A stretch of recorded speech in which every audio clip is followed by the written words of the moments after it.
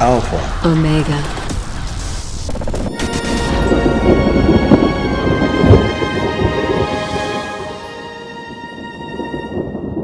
Spellwork Mastery.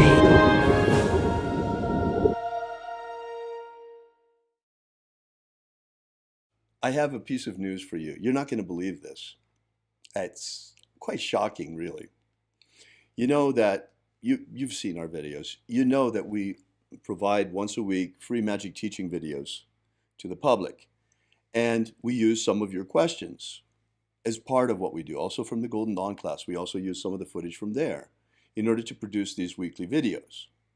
Well, we restream these videos on a bunch of different platforms. Altogether, we've 14 channels right now, I believe. Mm-hmm. So we restream every hour and on the half hour. So it's really easy to find our work. And the thing that really sort of surprises me is the increasing censorship at Facebook. Oh, yeah. It's really starting to get oppressive. It's really, and it's really quite irrational, like an irrational child. I guess they have finally turned on the AI and it's Right. trying to learn now. But check this out. You're not going to run into this if you are just posting on Facebook Mm-hmm. or who knows what else. But the only place we have ran into it is in live stream titles. Could be other video titles too. Don't know. If you upload it, I'm not sure if you're going to run into the same thing. But for sure with live stream, if you stream to Facebook and you include the word spells or spell in the title, for sure they will censor it. The stream in groups will be censored, Yes. will be disconnected, quarantined. I don't know why. They seem to have something that they don't like about spells at Facebook. I don't know why.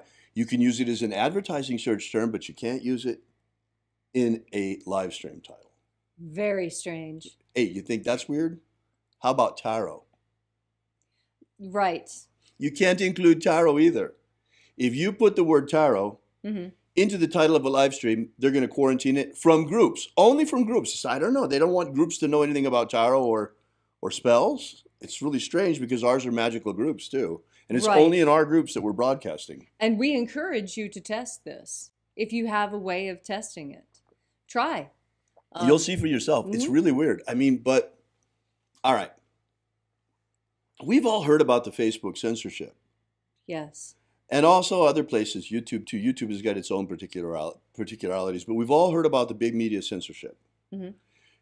Well, it's one thing when they're censoring political opinions, Right. but when they start coming after religion and spirituality next, what do you think about that? I know I don't like it. And I know it's only live streams, and so far it's only tarot and spells, but there are a whole lot of people that are into tarot, and there are certain religious faiths that are more into tarot than others. This is looking a lot like religious discrimination now, in addition to political discrimination. And witches really, really take offense to this because spellcasting and divination are two of what we consider to be our goddess-given rights to celestial and divine knowledge. You know, witches are different from others in that we believe that the things that we as humanity learn as part of our culture and as part of what we hand down and teach our children, we believe that that comes to us from the mind of the goddess, and that each person has the capacity to get in touch with that. And we do that through things like spells and through divination with tarot cards. And so the fact that these two words in particular are being harangued by Facebook makes my blood run cold. I can imagine. Because we've seen this sort of thing before, and it does not ever end well. You know, and as a Christian bishop, I don't like it either. I mean, okay, sure, today they're coming after the Wiccans. Are we next as Christians? I don't know what's going to happen. It's not good. I mean, come on. Why are they censoring tarot and spells? It makes no sense at all. No, no. not any logical sense unless you apply the filter of, They're just applying censorship and trying to get us ready to accept it. It's ridiculous. We still live in America. This is the land of the free. yes. And So far, we have freedom of speech and freedom of religion. and what you must remember is that the rights that you do not exercise will be the first ones taken from you. So if you've never been a person who speaks out against religious persecution before, now is a great time to be inspired by what's happening and make the decision to stand against it. Yeah, this is the time. I mean, we can't accept this. They're getting us used to incremental, more and more creeping totalitarianism. It's boiling the frog. And that's why, we're bringing this to your attention right away. The minute that it starts, it was one thing when they were censoring political opinions. But when they start censoring words having to do with one religious affiliation rather than another, and particularly also as a Christian magician, I'm also very concerned about this because it's targeting the magical community specifically. Yes, and even those Christians who cast spells and who use tarot, and I assure you there are a great number of Christians who do these things and are still keeping within the confines of what they consider to be upright Christianity. Right. I But mean, they're today being they're coming targeted after as well. spells. What is it tomorrow? Prayer? If Prayer they is a kind target of spells spell. today, hey, they target prayer in China. Don't kid yourselves, guys. Just because we're not experiencing religious persecution here yet in the United States does not mean that we won't. I mean, big tech is leading the way in censoring religion in China. In China today, if you practice Falun Gong, the old Taoist, a modern version of old Taoist practice, Mm-hmm. you can be arrested, incarcerated, put into a re-education camp, and even have your organs sold if you're not lucky, if you're unlucky. Yes. So, I mean, it's not like religious persecution doesn't exist. So, here in the United States, Leslie and I are very, very sensitive to these things. So, we're sounding the alarm early. It's bad enough that they've been censoring political points of view on big tech, but now they're Mm-hmm. starting with religion as well. And that's too far. Yeah, it's That one no step too American far. should put up with that. We shouldn't put up with it. We shouldn't have to put up with it. Now, I know there are a lot of people out there who think, well, they're private companies, they can do whatever they want. Well, that's not exactly true. Can the telephone company decide, okay, we don't like who you talk to, so you can't have a cell phone? That's because they're public utilities. Then there's another question. There was Marsh versus Alabama was the court case where the Supreme Court decided that freedom of speech is allowed in the public square even when that's a privately owned public square. All right. Marsh versus Alabama was a case decided by the United States Supreme Court in which it was ruled that a state trespassing statute could not be used to prevent the distribution of religious materials on a town's sidewalk, even though the sidewalk was part of a privately owned company town. The court based its rulings on the provisions of the First Amendment and the 14th Amendment. You see, this was a company town in Alabama. They used to have these company towns. Leslie can tell you all about that. I intend to say a few things about company towns. Go ahead. Okay. Being from West Virginia, I am very well acquainted with the idea of the company town. In fact, my family did work and live in a company town, and that's where I was born, in a place called Welch, West Virginia. Right. The town that I was living in was one of the small, you wouldn't really call it a suburb. It was just, there were little pockets of houses because the valleys are so narrow that there's really genuinely not a lot of places to build houses. And these houses all came prefab on the train. So you have the railroad tracks going through, and then where the railroad tracks are, you have houses, and they would simply lift off these box cars that were trailers and then drop them and hook them in. Sometimes with the bigger houses that the company people owned, because they're workers and then there were the company employees. Mm. And they were treated very differently.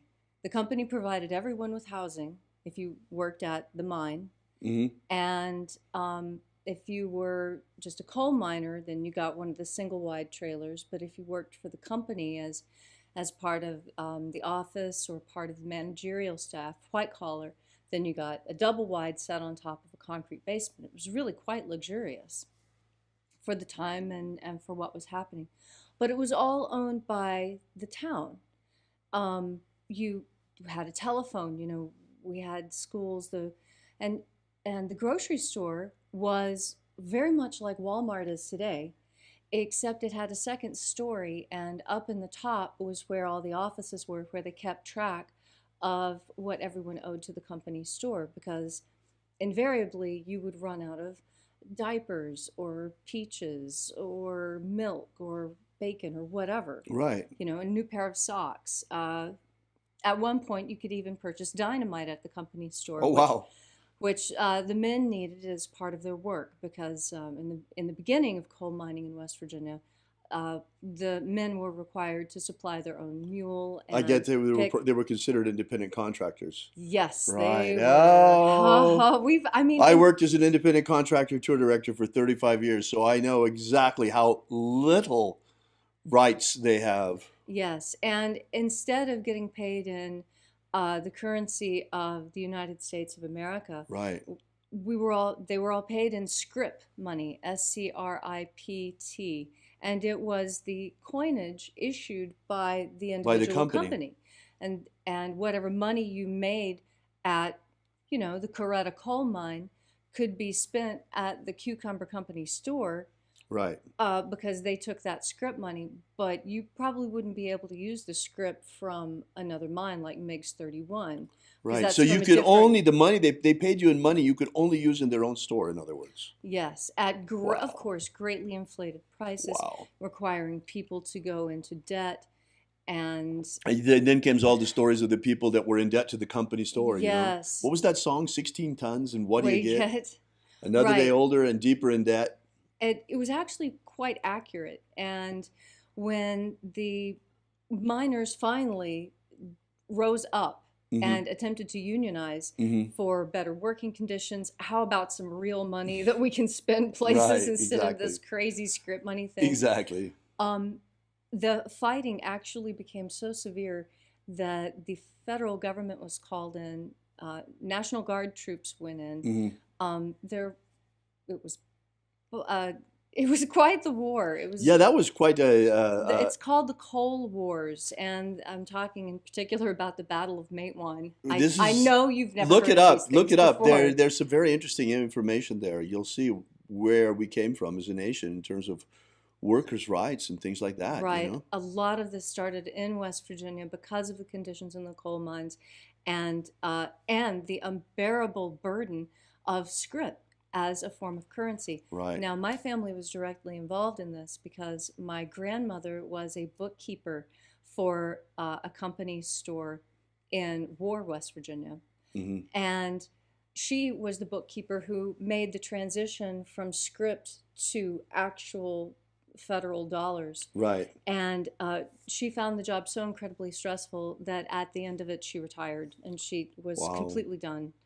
She said she could not bear to look at how deeply indebted every single Oh, citizen wow. of War was, and it broke her heart, and she couldn't work anymore, and she left. My goodness. So they were actually, this is a form of indentured servitude. Indentured servitude, Yes. look it up, guys. This is a form of slavery. It's a form of slavery wherein you indenture yourself for a certain number of years and then you get your rights back at the end. Right. Now, this is being foisted. Look at credit cards today. Americans, whether you realize it or not, many of us are indentured servants to the bank. Yes. And students, my goodness, the poor students, they come out of university with so much student loan debt. They are indentured servants for the rest of their lives. Many. Yes. Yes, they are. And how do you purchase your first house when you come out of college with the amount of debt that a first house is equivalent to? Right. It's incredible. Yes, it really is. So here you see, folks, I'm not making this up. You know, Marsh versus Alabama is a decision that was already made by the Supreme Court. Yes. And they held that even though it was a privately owned public square, the First Amendment still applied. That's our situation on big tech. Even though they're privately owned companies, they are, by their own admission, they provide a digital public square. And even though that digital public square is privately owned, that does not mean this is a constitution-free zone. This is nonsense. This needs to be cleared up in the courts. We need to get our rights back. We Americans have freedom of speech. The internet is not a constitution-free zone. We have freedom of religion. The internet is not a religion-free zone. And when people like Facebook start censoring words like tarot and spells in Livestream, they are dangerously close to the edge. Absolutely. Right. So it's time to stand up. Write to your congressman. Ask them what's being done to protect your First Amendment rights on the internet. What's being done to update the Bill of Rights for the digital age. What we need is, perhaps an updated digital Bill of Rights for the 21st century. Yes. So that the Bill of Rights are fully exercised on the internet again. But we really do need to do something about this, because the way this is going, it's not going to end well. Have you ever wanted to gain real magical abilities so you can become the master of your destiny? Do you wish you could get the ancient secret key for free so you can build the life of your dreams? If you've wanted more out of life, to become all that you can be, physically, romantically, financially, spiritually, then you need to take action and get this right now. That's right, and for free, but it won't be available for much longer. So go right now to thescienceofmiracles.com and get started. Achieve the prosperous life you want for yourself. Gain ultimate life mastery.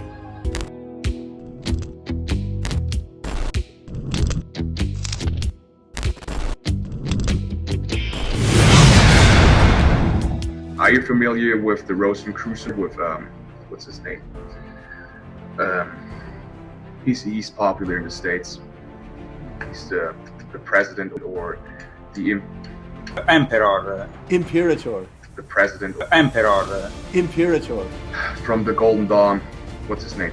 Oh. David Griffin holds this position as Emperor. Imperator.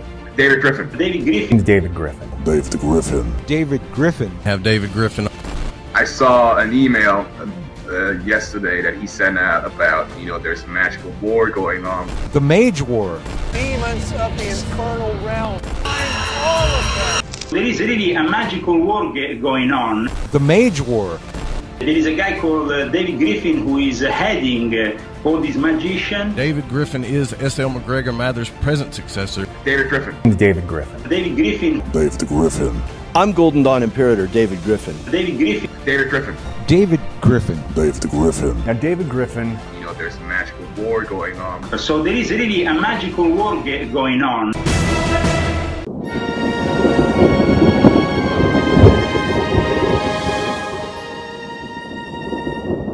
Spellwork Mastery.